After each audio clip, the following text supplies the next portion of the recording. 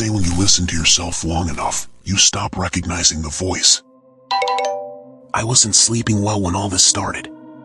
Maybe that's why I downloaded Sonotrack. Work had been brutal, remote tech support for a startup out of Seattle. Long nights, always on call, dealing with strangers who forgot passwords and blamed me for it. I lived alone in a studio apartment above a laundromat. The hum of the dryers downstairs was my white noise. I didn't have friends nearby. My girlfriend had left a few months earlier, saying I had started talking in circles. I wasn't sure what she meant until I caught myself muttering while making coffee. Whole phrases I didn't remember saying. The ads for Sonotrack promised better rest, analysis of REM cycles, even audio journaling, little recordings of your sleep talk. It felt harmless enough. The first few nights were normal. I'd wake up, check the data, light sleep, deep sleep, 1 or 2 disturbances. It even told me how long I'd snored. But on the 5th night, I noticed the app had saved a short audio clip titled "Vocal Event Detected." When I played it, I heard myself mumbling, "No, not again." It was eerie hearing my own half-awake voice, but nothing alarming. I deleted it. Except the next night, it happened again. Same timestamp, 3:15 a.m.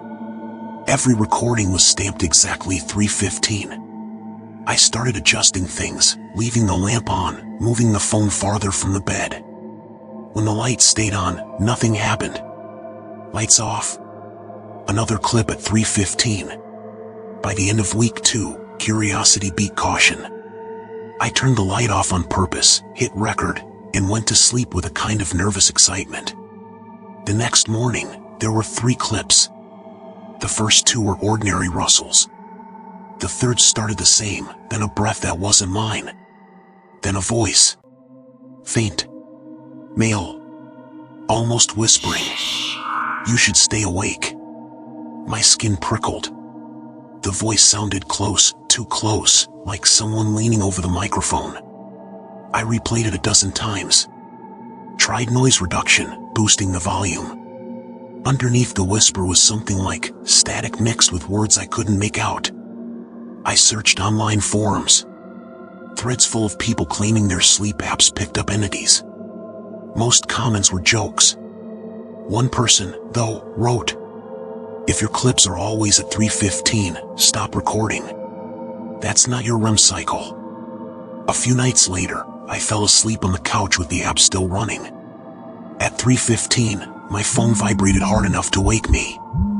It displayed, "Recording complete." When I played it back, the same voice whispered, "Don't move." Then, silence. No background noise, no hum of the dryers, nothing. That silence was somehow worse than the whisper. The next day, I tried to test it logically. I set up a second phone to record video while Sonotrack captured audio. I figured if someone was breaking in, I'd see it. I reviewed the footage the next morning. Nothing moved, not the curtains, not the shadows. But right when the audio clip began, the camera glitched, the frame froze for 1 second, then jumped ahead. When it resumed, there was a faint red light reflected in a window, like a recording indicator, except my phone screen was dark. That night, I dreamed of the laundromat downstairs. The machine spinning with the lights off. I could hear the dryers humming, but the sound looped wrong, like the same 3 seconds repeating. In the dream, I walked toward one of the dryers. Something was knocking from inside. When I opened the door, a phone fell out, glowing red with the Sonotrack logo. I woke up at 3:15 a.m. on the dot. My phone buzzed. New audio clip. This time, it said, "Stop pretending to dream." I tried deleting the app. It wouldn't uninstall.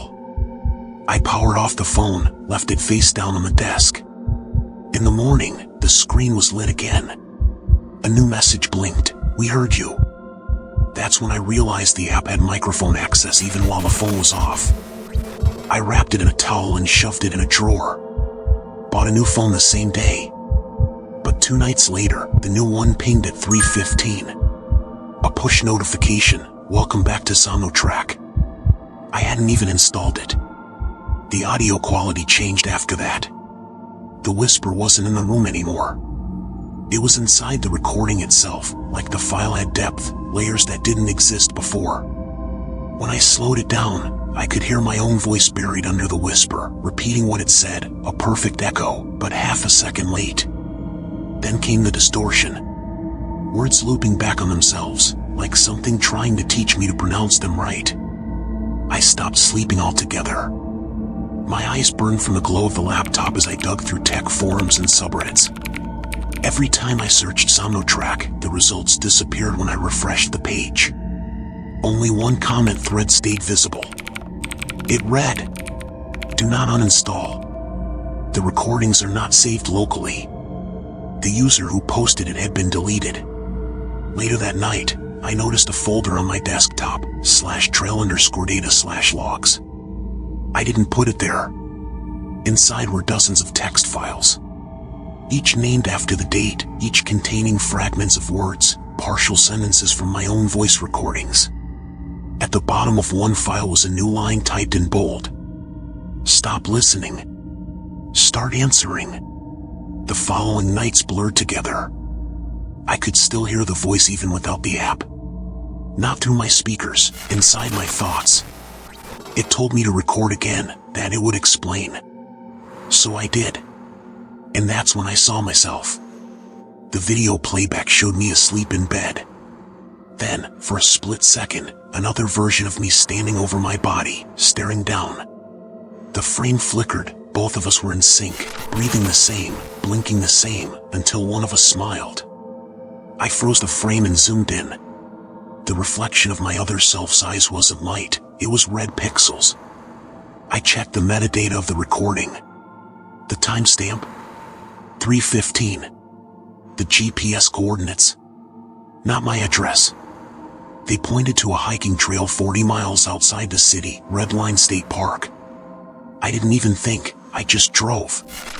By the time I got there, it was 3:10 a.m. No signal. No sounds. Just fog, dirt, and the rhythmic pulse of my phone buzzing in my pocket. At 3:15, the screen lit up. A new message, recording started. I don't remember what happened next. I just know I woke up in my bed again. Same clothes. Mud on my shoes. Phone on the nightstand, still glowing red. The new clip was 7 seconds long. When I played it, there was breathing, slow, deep, steady, followed by my voice saying, "Welcome back." But the timestamp read tomorrow's date. Since that night, the app never opened again. Or maybe it's still running, I don't know. Every night at 3:15, the hum of the laundromat downstairs fades, and something else takes its place. A silence that isn't empty. A silence that listens. Sometimes I think it's waiting for me to say something new. Sometimes, I think it already did. Last night, I got an email. No sender. No subject. Just one attachment named _echo.mp3. When I played it, I heard my own narration from weeks ago, the same story you're hearing now. Only this time, it didn't end when I stopped speaking. It kept recording. And the final thing I heard was a voice whispering through the static. "You shouldn't have shared it." The voice in my sleep app may just be fiction. But what if the next update you install isn't from the App Store? The trail continues tomorrow, with a story that was never supposed to be read out loud. Would you have kept listening, or deleted the app? Tell us in the comments.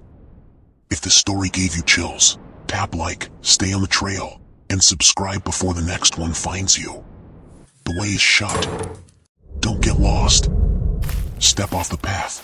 Follow Sinister Trail.